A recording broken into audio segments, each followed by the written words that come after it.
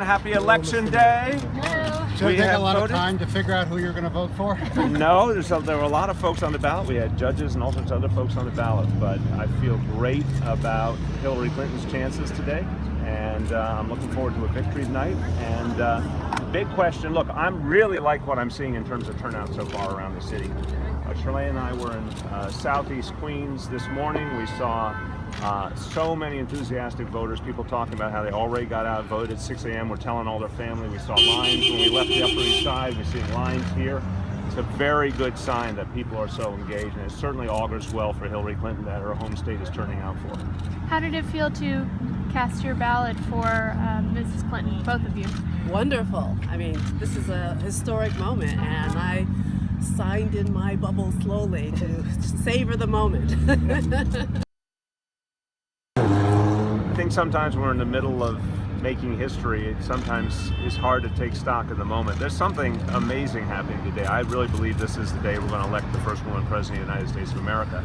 And as a Democrat, I'm particularly proud that, you know, just 8 years ago we elected the first African-American president. Today we'll elect the first woman president. This speaks volumes about the values of the Democratic Party. And I think we're going to see all over the country the incredible turnout that's expected in the Latino community is going to make clear that community is going to play a bigger and bigger role in American political life. I think it's a powerful day for change in America. We're still waiting, of course, all night long for the results, but something important is happening today in terms of people engaging and getting involved. We've been monitoring this morning. So far, there was one site in Brooklyn that opened a little late, but they did quickly get that back up and running. Generally speaking, I'm not getting a lot of reports of serious problems today. I have not gotten any reports of attempts at voter intimidation, so I like what I see.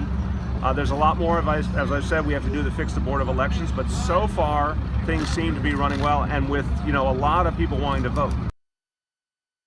I think what happened in the primary, the presidential primary this year, on the one hand, and then again the lines you see today, is clear evidence of why we need election reform in New York State. We need same-day voter registration. We need early voting in New York State.